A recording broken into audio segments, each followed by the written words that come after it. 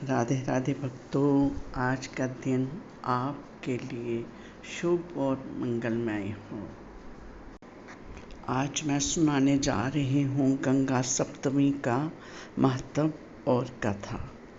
चलिए रसपान करते हैं कथा का।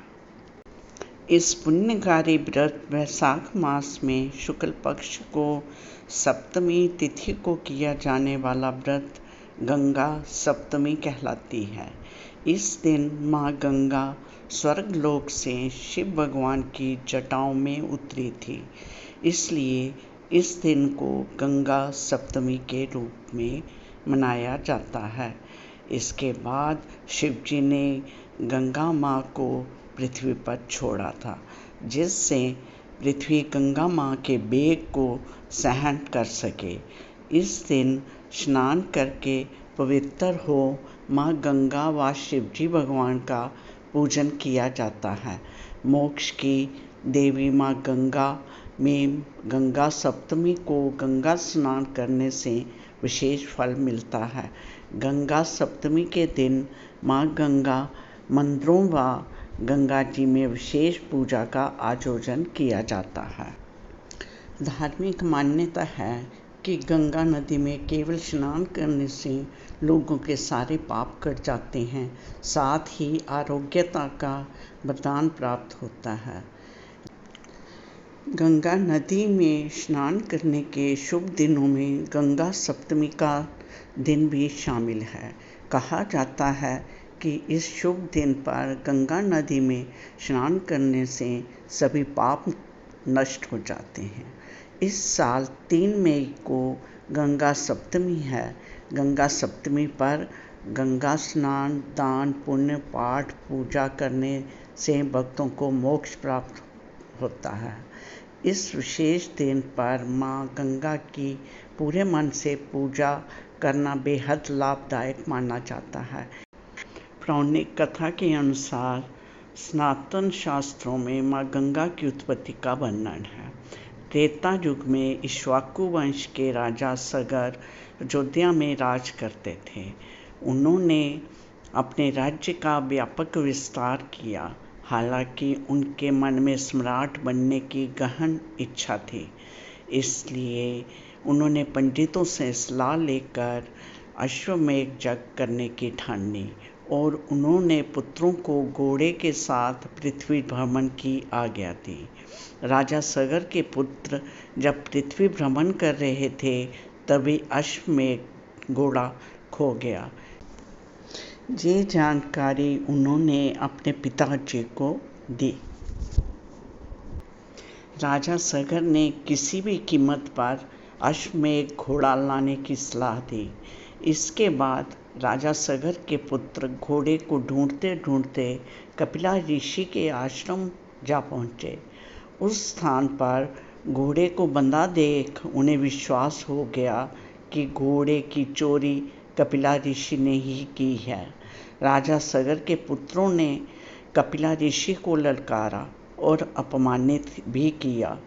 उस समय कपिला ऋषि क्रोधित हो उठे और राजा सगर के पुत्रों को भस्म कर दिया। यह जानकारी राजा सगर को हुई। उस समय राजा सगर ने अंशुमन को ये कार्य सौंपा। अंशुमन अश्वमेध घोड़ा लाने में सफल हुआ, साथ ही पितरों को मोक्ष दिलाने हेतु उपाय भी जाना। उस समय कपिला ऋषि ने कहा, माँ गंगा ही उनके पितरों का उद्धार कर सकती है। हालांकि राजा सगर ने अपने पुत्रों को मोक्ष दिलाने के बजाय अश्वमेध यज्ञ किया। इसके बाद अंशुमन को सत्ता सौंप राजा सगर तपस्या हेतु वन चले गए। कालांतर में अंशुमन समेत उनके पूर्वजों ने पितरों को उद्धार दिलाने हेतु माँ गंगा की कठिन तपस्या की। इनमें किसी को सफलता नहीं मिली। कालांतर में राजा दिलीप के पुत्र भगीरथ ने राज त्याग कर हिमालय पर माँ गंगा की तपस्या की। भगीरथ को इस कार्य में सफलता मिली। अंततः माँ गंगा पृथ्वी पर अवतरित हुई। हालांकि माँ गंगा के वेग को रोकने हेतु भगवान शिव ने अपनी जटाओं में उन्हें समेट लिया। तब भगीरथ ने दोबारा माँ गंगा की तपस्या की। उस समय माँ गंगा ने भगवान शिव की तपस्या करने की सलाह दी। भगवान शिव को प्रसन्न करने के बाद भगीरथ को पितरों को मोक्ष दिलाने में सफलता मिली। इसी समय गंगा के वेग से जहनु मुनि की यज्ञशाला बह निकली।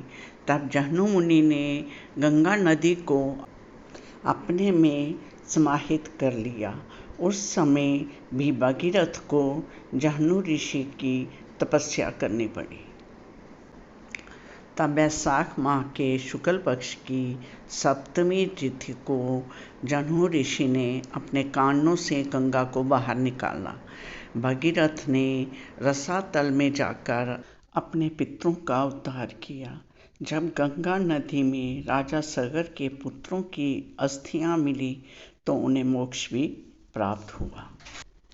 वैसे तो गंगा नदी के साथ अनेक पौराणिक कथाएं जुड़ी हुई हैं जो गंगा जी के संपूर्ण अर्थ को परिभाषित करती हैं। गंगा नदी हिंदुओं की आस्था का केंद्र है और अनेक धर्म ग्रंथों में गंगा महत्व का वर्णन देखने को मिलता है। एक अन्य पौराणिक कथा के अनुसार गंगा का जन्म ब्रह्मादेव की कमंडल से हुआ। एक अन्य मान्यता है कि वामन रूप में राक्षस बलि से संसार को मुक्त कराने के बाद ब्रह्मादेव ने भगवान विष्णु के चरण धोए और इस जल को अपने कमंडल में भर लिया। एक अन्य मान्यता है कि वामन रूप में राक्षस बलि से संसार को मुक्त कराने के बाद ब्रह्मादेव ने भगवान विष्णु के चरण धोए और इस जल को अपने कमंडल में भर लिया। एक और अन्य कथा के अनुसार जब भगवान शिव ने नारद मुनि, ब्रह्मादेव और भगवान विष्णु के समक्ष गाना गाया तो इस संगीत के प्रभाव से भगवान विष्णु का पसीना बहकर निकलने लगा, जिसे ब्रह्मा जी ने उसे अपने कमंडल में भर लिया और इसी कमंडल के जल से गंगा का जन्म हुआ। गंगा सप्तमी के दिन गंगा पूजन एवं स्नान से रिद्धि सिद्धि यश सम्मान की प्राप्ति होती है, सभी पापों का क्षय होता है। मान्यता है कि इस दिन गंगा पूजन से मांगलिक दोष से ग्रसित जातकों को विशेष लाभ प्राप्त होता है। विधि विधान से किया गया गंगा का पूजन अमोघ फल प्रदान करता है। राधे राधे। गलती त्रुटि माफ।